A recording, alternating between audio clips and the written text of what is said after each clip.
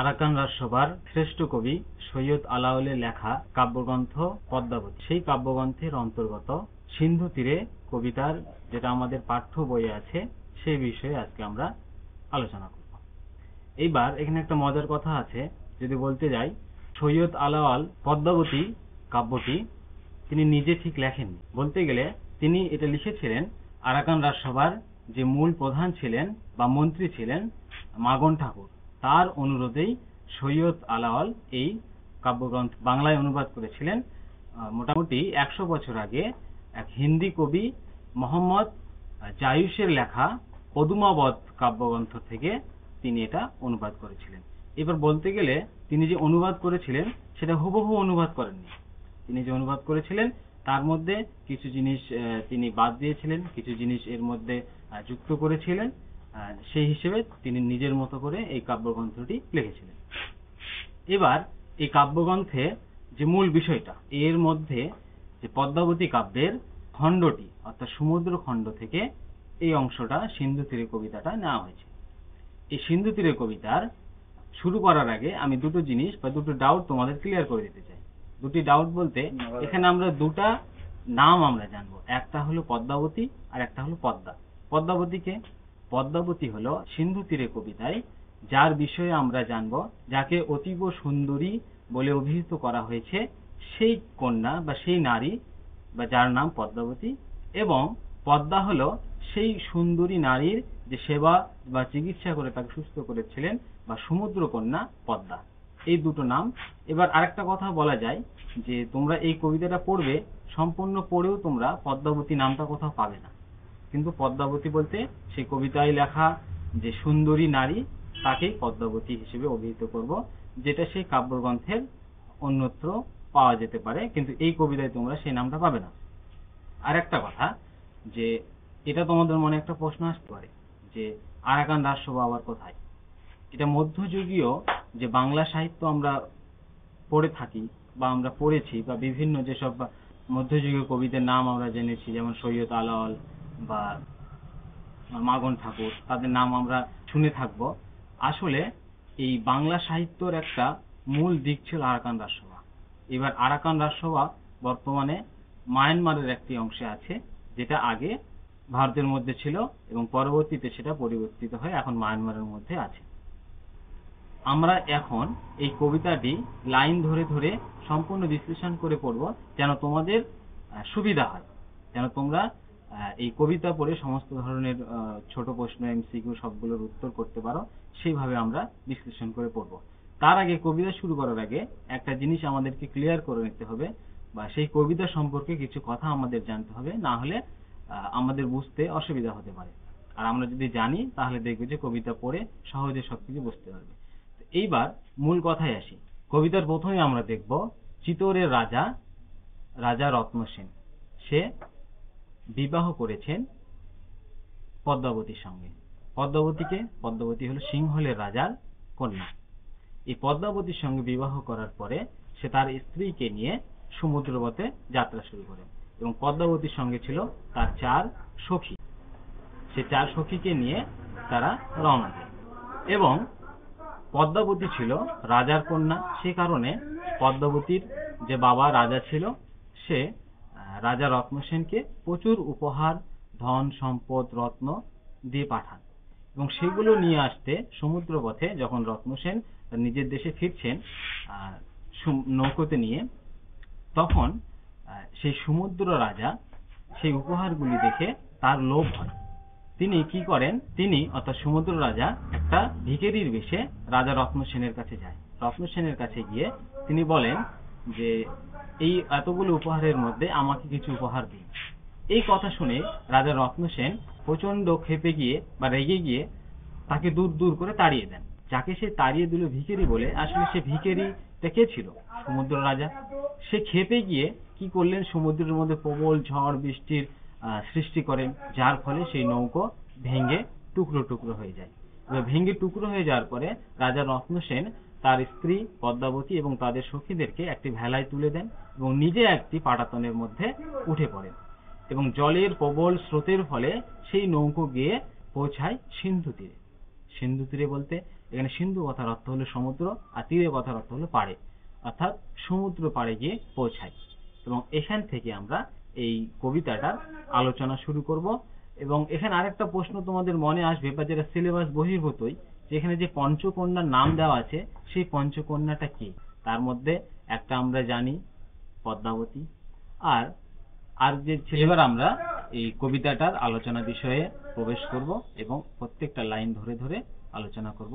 এবং আলোচনা শুরু করার আগে একটা কথা বলতে চাই যে তোমরা আমাদের এই চ্যানেলটিকে অবশ্যই সাপোর্ট করবে এবং ভিডিওগুলো দেখবে, দেখে যদি ভালো লাগে তোমাদের বন্ধুদেরকে শেয়ার করবে, সাবস্ক্রাইব করবে এবং আমাদের পাশে থাকবে। তাহলে আমরা এখন কবিতাটা শুরু করি। কবিতার নাম সিন্ধু তীরে। এখানে সিন্ধু তীরে কথার অর্থ হলো সমুদ্রের পাড়ে, বা সিন্ধু কথার অর্থ হলো সমুদ্র এবং তীরে কথার অর্থ হলো পাড়ে, অর্থাৎ সমুদ্রের পাড়ে। সৈয়দ আলাওল। কন্যারে ফেলিল যথা জলের মাঝারে তথা দিব্যপুরী সমুদ্র মাঝারে। অর্থাৎ কন্যারে ফেলিল যথা, এই কথাটির অর্থ হলো কন্যাকে ফেলিল যেখানে জলের মাঝারে তথা, সেখানে জলের মাঝে রয়েছে এক দিব্যপুরী। দিব্যপুরী সমুদ্র মাঝে, যে দিব্যপুরীটি আছে একদম সমুদ্রের মধ্যে বা মাঝে। দিব্যপুরী কথার অর্থ কি? দিব্যপুরী কথার অর্থ হলো স্বর্গীয় প্রাসাদ বা স্বর্গীয় নগরী। অর্থাৎ এই কথাটির অর্থ এইভাবে বলা যায় যে সমুদ্রের স্রোত পদ্মাবতীকে এমন এক জায়গায় নিয়ে ফেলেছে যেখানে রয়েছে এক দিব্যপুরী। তারপরের লাইনে দেখি, অতি মনোহর দেশ। অর্থাৎ যা মনকে হরণ করে নেবে, মনকে চুরি করে নেয় এবং অতীব সুন্দর, তাই হলো মনোহর। নাহি তথা দুঃখ ক্লেশ, যেখানে দুঃখ কষ্ট কিছুই নেই। সত্য ধর্ম সদাস সদাচার। সদা অর্থাৎ সৎ, বা বলা যায় সেই দেশের মানুষজন সৎভাবে জীবনযাপন করে। সমুদ্র নৃপতি সুতা। সমুদ্র নৃপতি সুতা অর্থাৎ সমুদ্র রাজার মেয়ে। পদ্মা নামে গুণজুতা, অর্থাৎ যে পদ্মা নামে পরিচিত। সিন্ধু তীরে দেখি দিব্য স্থান। এই সিন্ধু তীরেই রয়েছে একটি দিব্য স্থান বা স্বর্গীয় স্থান।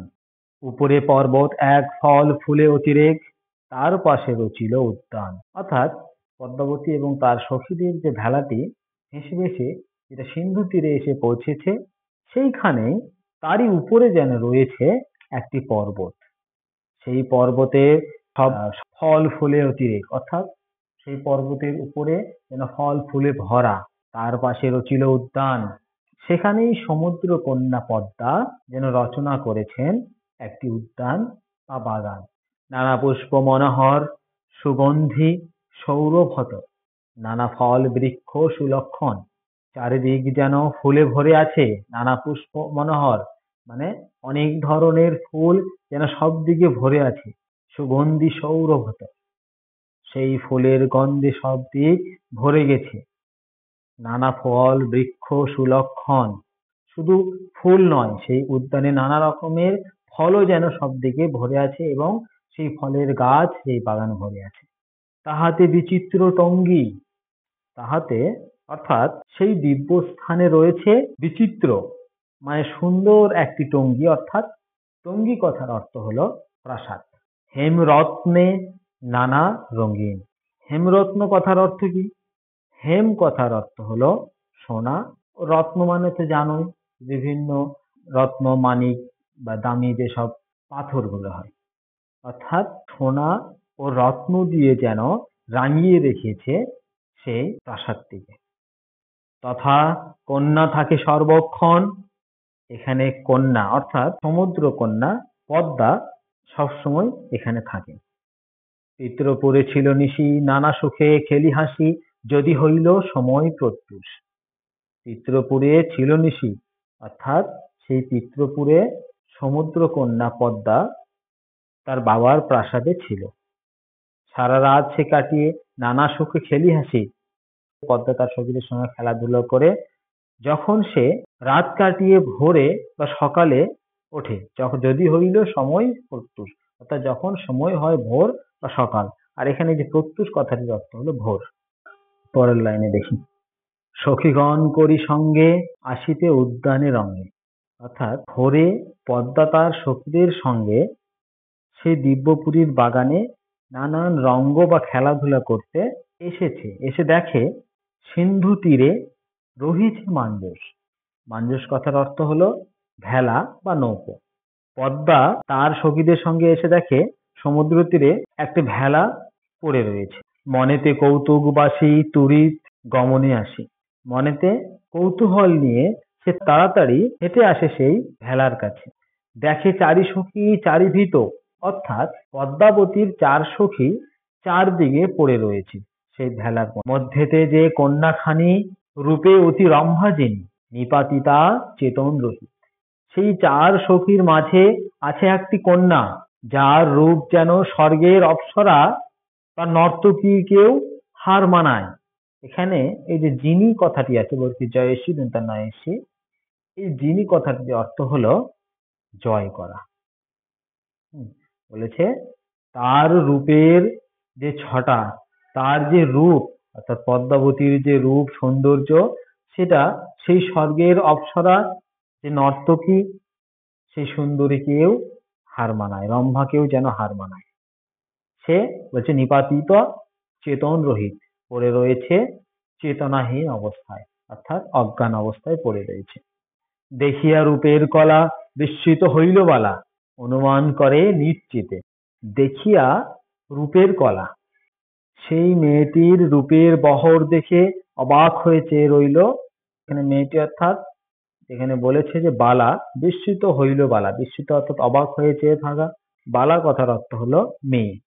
তাকে দেখে অনুমান করে নিশ্চিতে, তাকে দেখে অর্থাৎ সমুদ্র কন্যা পদ্মা পদ্মাবতীকে দেখে মনে মনে অনুমান করে কিছু কথা। আর একটা কথা বলে রাখি, এটা একটু আগে বললাম, এখানে যে মেয়েটি অচেতন অবস্থায় পড়ে রয়েছে সেটি হলো পদ্মাবতী, এবং যে মেয়েটি দেখছে সে হলো সমুদ্র কন্যা পদ্মা। পরের লাইন, ইন্দ্র সাপে বিদ্যা ধরি কিবা স্বর্গ ভ্রষ্ট করি, অচৈতন্য পড়িছে ভূমিতে। এখানে পদ্মা ভাবছে যে এটা হয়তো কোনো বিদ্যাধরী, যে হয়তো দেবতা ইন্দ্রের অভিশাপে স্বর্গ থেকে পৃথিবীতে অচৈতন্য অবস্থায় পড়ে আছে। বিদ্যাধরী অর্থাৎ সঙ্গীত বিদ্যার যে পারদর্শী বা যারা স্বর্গে গান গায় তাদেরকে বিদ্যাধরী বলা হয়, বা ইন্দ্রদেবের সভার গায়িকা। বেকত দেখিয়ে আঁখি, বা বেকত হলো একটা ব্রজবলি ভাষার শব্দ, এর অর্থ হলো স্পষ্ট। এই সুন্দরী কন্যার, অর্থাৎ এই সুন্দরী কন্যার চোখগুলো যেন স্পষ্ট, যেন স্পষ্টভাবে চোখ দুটি প্রকাশিত অবস্থায় দেখা যায়। তেন স্ববসন সাক্ষী, তার গায়ের বসনগুলি বা পোশাকগুলি সাক্ষী দিচ্ছে। বেথায়িত হয়েছে কেশ বেশ, পোশাক চুল সব যেন এলোমেলো হয়ে আছে। এই সব কিছু দেখে পদ্মা অনুমান করছে, বুঝি সমুদ্রের নাও ভাঙিল প্রবল বাউ, মোহিত পাইয়া সিন্ধু ক্লেশ। সে ভাবছে যে মনে হয় সমুদ্রের ঢেউ বাতাসে এদের নৌকা ভেঙে অনেক কষ্ট পেয়ে বুঝি অজ্ঞান হয়ে পড়ে রয়েছে। নৌকা ভেঙে তারা ভেসে ভেসে এখানে এসেছে, হয়তো অনেক কষ্ট ক্লেশের মধ্যে দিয়ে এখানে এসেছে। চিত্রের পোতালি সমা নিপাতিত মনোরমা, কিঞ্চিত আছই মাত্র শ্বাস। চিত্রের পুতুলের মতো এই সুন্দরী মেয়েটি যেন কিঞ্চিত বা সামান্য মাত্র আছে শ্বাস। এই যে চিত্রের পুতলি, পুতলির কথার অর্থ হলো পুতুল, চিত্রের অর্থাৎ ছবির পুতুলের মতো দেখতে এই মেয়েটি, যেন তার সামান্য একটু শ্বাস নিঃশ্বাস আছে, প্রাণ আছে। অতি স্নেহ ভাবি মনে বলে পদ্মা ততক্ষণে, বিধি মোরে না করো নৈরাশ। যখন এই দৃশ্য দেখে সমুদ্র রাজার মেয়ে পদ্মার মনে স্নেহ জাগে, এবং পদ্মা তখন বলে, হে বিধি বা বিধাতা, আমাকে নিরাশ করো না। কেন নিরাশ করবে না? পিতার পুণ্যের ফলে মোহর ভাগ্যের বলে বাহরক কন্যার জীবন। পদ্মা বলে, হে বিধাতা, আমার বাবা সমুদ্র দেবতার জীবনে যত পুণ্য আছে বা আমার ভাগ্যে যত ভালো কিছু আছে, সব কিছুর পরিবর্তে তুমি এই মেয়েটির জীবন ফিরিয়ে দাও। চিকিৎ সিম প্রাণপণ কৃপা করো নিরঞ্জন, দক্ষিণীরে করিয়া সর। আমি প্রাণপণে চিকিৎসা করব। সমুদ্রকন্যা পদ্মা বিধাতাকে বলছে, আমি প্রাণপণে চিকিৎসা করব। হে নিরাকার ঈশ্বর, হে নিরঞ্জন, তুমি কৃপা করো, দয়া করো। আমি বড় দুঃখিনী, আমার কৃপা করো, তুমি এই মেয়েটির প্রাণ ফিরিয়ে দাও। সখী সবে আজ্ঞা দিল, উদ্যানের মাঝে নিল পঞ্চজনে বসনে ঢাকিয়া।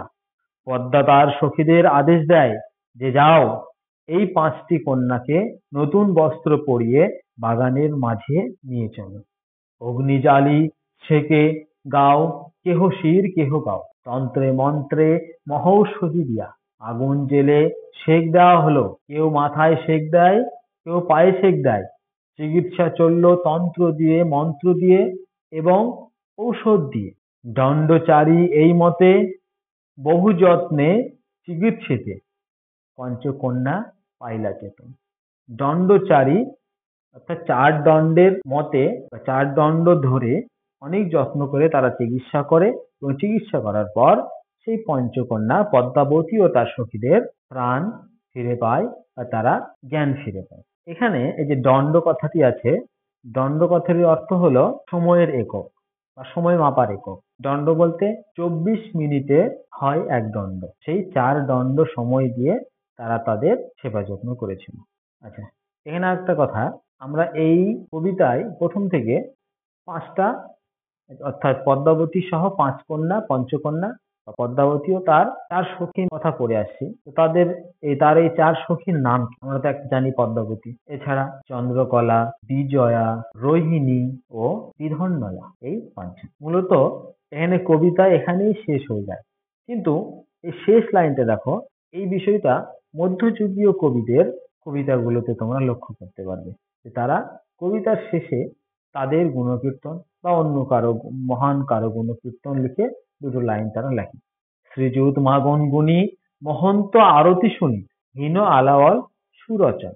শ্রীযুক্ত মাগন ঠাকুর, যিনি হলেন একজন গুণী ব্যক্তি, যে মহন্ত আরতি শুনি, মহন্ত অর্থাৎ পূজারী, তিনি পূজারী হয়েছেন।